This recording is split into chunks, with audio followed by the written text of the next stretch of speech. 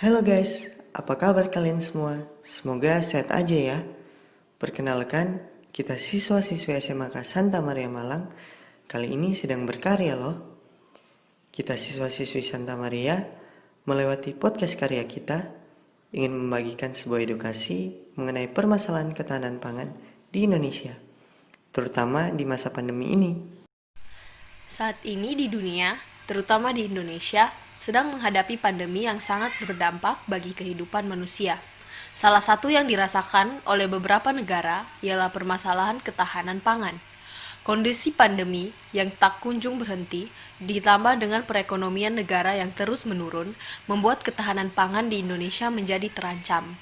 Tetapi, sebelum kita masuk ke inti pembicaraannya, mungkin banyak dari kalian tidak mengetahui apa itu ketahanan pangan negara. Jadi, ketahanan pangan negara adalah ketersediaan pangan dan kemampuan negara dalam memproduksi pangan. The problem about food security doesn't only occur in Indonesia, but other countries also feel it. Beberapa negara di Eropa dan Amerika juga merasakan dampak dari pandemi ini. Akan tetapi, mereka memiliki cara berbeda dalam menangani kasus ketahanan pangan.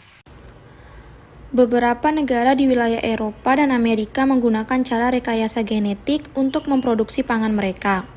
Rekayasa genetik adalah organisme dengan hasil olahan yang mempunyai susunan genetik yang telah diubah dengan tujuan untuk memperbaiki kekurangan dari organisme aslinya. Seperti perlakuan rekayasa genetik pada jagung, agar jagung memiliki rasa yang lebih manis. Tak hanya itu, alasan negara bagian Eropa menggunakan cara ini dikarenakan faktor geografis yang mereka miliki.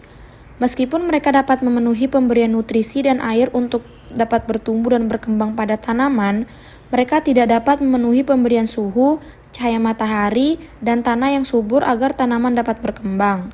Sehingga mereka merekayasa gen yang dimiliki oleh tanaman agar dapat hidup di kondisi yang tidak semestinya.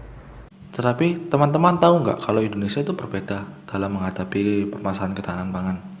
Tidak seperti di negara Eropa maupun Amerika yang menggunakan tanaman rekayasa genetik, Indonesia tetap menggunakan tanaman hasil petani sendiri atau tanaman alami. Hal ini dikarenakan masih banyaknya masyarakat yang takut atau cemas terhadap dampak negatif dari tanaman rekayasa genetik. Dampak negatif diantaranya seperti kecenderungan menyebabkan alergi, lalu terjadinya transfer gen pada sistem pencernaan manusia, atau bahkan kecemasan akan dampak tanaman hasil rekayasa gen yang akan berdampak buruk pada tubuh manusia di masa yang akan datang. Tak hanya berdampak buruk untuk di kemudian hari atau untuk manusia saja, tanaman rekayasa genetik akan menyebabkan perpindahan gen terhadap tanaman alami, sehingga hal ini akan merusak gen yang dimiliki oleh tanaman asli tersebut. Tak hanya itu, dengan penggunaan metode tradisional atau pengoptimalan hasil tani akan berpengaruh terhadap kesejahteraan masyarakat, terutama di bidang pertanian. Hal ini menjadi contoh bentuk keadilan pemerintah dalam upaya untuk tetap menjaga kesejahteraan masyarakat di tengah menghadapi permasalahan ketahanan pangan.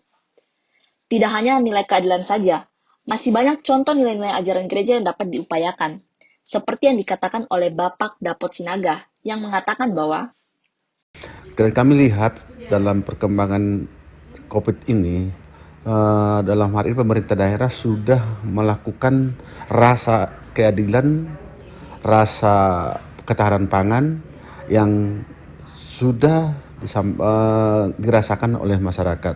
Dan kami lihat sebagai anggota DPR, kami sudah melihat langsung apa yang terjadi di Kota Tarakan. Dan kalau kita lihat di Kota Tarakan ini secara geografis, memang tidak ada di sini pertanian, contoh perkebunan. Di sini semua adalah penghasilan barang dan jasa. Tapi ada beberapa hal yang dibuat oleh pemerintah, yaitu menstok semua barang-barang pangan dari luar. Karena semua barang dari Tarakan ini, bahan-bahan pangan itu berasal dari luar kota, dari luar Tarakan. Contohnya Surabaya, Sulawesi, dan Jakarta. Dan pemerintah untuk menangani dalam pangan hal ini pemerintah menstok barang melalui pengusaha-pengusaha siap untuk menyalurkan apa saja atau menyimpan bahan-bahan pangan untuk jangka yang tidak ditentukan. Salah satu contoh diberikan kemudahan-kemudahan kapal-kapal barang dari luar bisa sampai ke Tarakan. Terus yang selanjutnya untuk keadilan. Keadilan dalam hal ini masyarakat Tarakan yang berdampak langsung pemerintah membagikan atau mengeluarkan dana untuk membantu para masyarakat tidak mampu atau berdampak langsung seperti bantuan sosial itu sangat besar dikeluarkan untuk tetap bisa masyarakatnya hidup dan tidak dan bisa untuk melaksanakan hidupnya sehari-hari. Mungkin itu yang bisa saya sampaikan. Saya rasa perdamaian di kota Tarakan itu aman-aman saja deh. Tidak ada gejolak yang begitu kelihatan. Karena di Tarakan ini kayaknya hidupnya ya nggak terlalu seperti daerah-daerah lain. Jadi tentunya perdamaian itu dilaksanakan yaitu bekerja sama dengan instansi-instansi terkait seperti kepolisian dan TNI Polri dan pihak-pihak keamanan. Tapi selama berjalan di COVID ini kayaknya perdamaian di Kota Tarakan itu berjalan dengan baik, tidak ada gangguan-gangguan yang lain. Saya melihatnya pemerintah dalam hal ini saya rasa jujur. Artinya jujur itu apapun yang menjadi keluhan masyarakat, apapun mungkin bantuan dari pusat ini sampaikan ke masyarakat. Itu dalam satu kejujurannya dalam hal penyampaian informasi dan pangan yang artinya memberikan edukasi ke masyarakat atau memberikan kejelasan atau jujurlah dalam hal ini menyampaikan informasi-informasi yang tentang ketahanan yang masih ada di Kota Tarakan. Jadi mungkin itu aja pertanyaannya. Terima kasih Pak, selamat malam. Selamat malam. Untuk memaknai nilai-nilai dalam ajaran gereja, kami melakukan wawancara juga kepada Romo Bernard yang mengatakan bahwa Nah, ini berdasarkan ajaran Katolik atau gereja, kita mengetahui gereja memiliki ajaran-ajaran berupa nilai-nilai keadilan, kejujuran, kebenaran, perdamaian, dan keutuhan ciptaan Tuhan. Tetapi banyak dari kami yang masih belum mengerti arti atau makna dari nilai-nilai yang gereja ajarkan tersebut. Nah, boleh tidak Romo bantu kami untuk memaknai nilai-nilai ini maksudnya apa? Nilai-nilai keadilan, perdamaian, kebenaran, perdamaian, dan keutuhan ciptaan Tuhan. Dan keutuhan? Ciptaan Tuhan. Ciptaan Tuhan. Ya, jadi kita gereja Katolik pada prinsipnya selalu nilai-nilai itu memang nilai-nilai ajaran gereja yang kita selalu usahakan, kita selalu perjuangkan supaya nilai-nilai itu menjadi nyata. Sekalipun di dalam kenyataan banyak kali kita menghadapi masalah seperti ketidakadilan, kerusakan lingkungan, seperti nilai-nilai kebenaran, kejujuran tidak nyata, tidak diwujudkan. Sekalipun dalam kenyataan kita menghadapi seperti itu, tetapi Gereja Katolik tetap pada prinsip untuk mewartakan dan menanamkan nilai-nilai itu pada diri setiap anggota Gereja Katolik atau umat beriman. Oh iya, Rom. Halo? Ini contoh-contoh penerapannya dalam kehidupan sehari-hari itu seperti apa, Rom? Contoh penerapan keadilan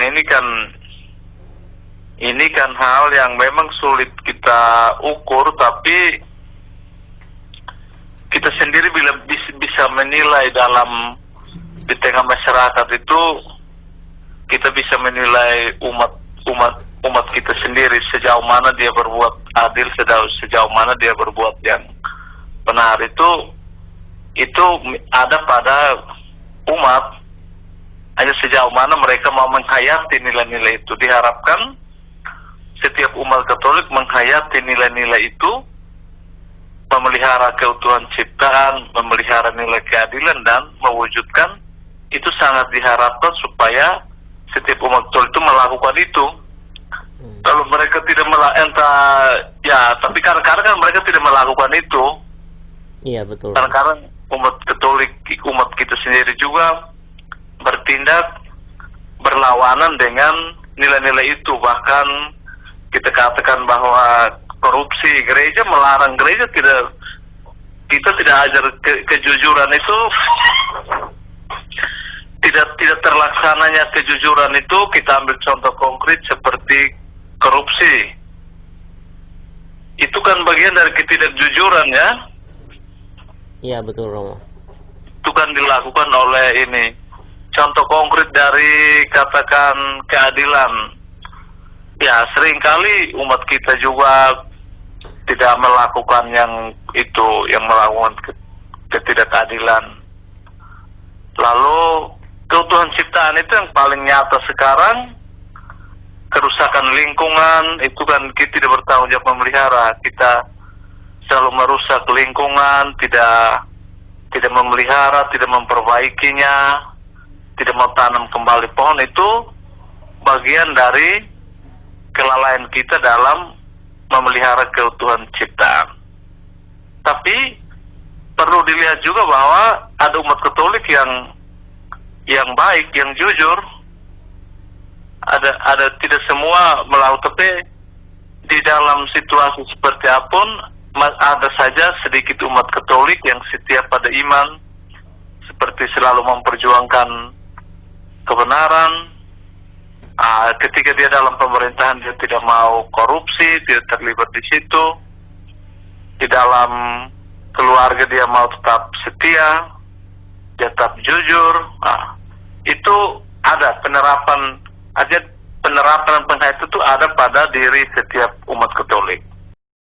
Tidak hanya melewati pengajaran Alkitab saja, gereja juga berupaya dalam menegakkan nilai-nilai keagamaan di tengah permasalahan ketahanan pangan, seperti pembagian sembako secara merata tanpa membeda-bedakan sebagai bentuk pengalaman nilai keadilan, pemberian ajaran gereja yang jujur dan sesuai kenyataan yang ada sebagai bentuk pengalaman nilai kejujuran. Gereja juga mendukung gerakan perdamaian bersama dengan masyarakat. If we cooperate with church and government, we will get peace. This is definition about peace. Akan tetapi, rekayasa genetika tidak selamanya bernampak buruk. Rekayasa genetika juga dapat menghasilkan keuntungan secara ekonomi. Hasil olahan tanaman rekayasa genetika akan menjadi inovasi unik sehingga memunculkan usaha di bidang kuliner, terutama olahan makanan tradisional. Dengan melakukan promosi yang sangat berpengaruh terhadap lancarnya suatu bisnis, seperti melewati brosur, televisi, katalog, hingga media sosial, usaha makanan tradisional akan jauh meningkat. Ditambah dengan maraknya media sosial, makanan tradisional akan jauh dikenal oleh masyarakat karena jangkauannya yang luas. Ditambah dengan kita melakukan promosi yang lebih baik, yang melakukan perkenalan dari rumah ke rumah, lalu melakukan pertemuan rutin seperti bertemu dengan RT atau RW atau kepala daerah tersebut untuk melakukan izin dalam melakukan promosi, lalu mengikuti pasar, mengikuti acara-acara sekolah, mengikuti acara-acara event-event yang ada di masyarakat, ikut dalam mempromosikan melewati media sosial, dan melakukan penjualan yang kreatif. If we do the promotion properly, the traditional food culinary business of engineered crops will expand. Meski begitu, keamanan hayati itu termasuk kesepakatan negara-negara internasional loh berdasarkan protokol Cartagena. Sehingga kita juga harus membatasi tanaman rekayasa genetik juga. Nah, bagaimana? Cukup seru dan pastinya menambah wawasan dong setelah mendengar podcast ini. Semoga bermanfaat bagi kalian ya. See you guys.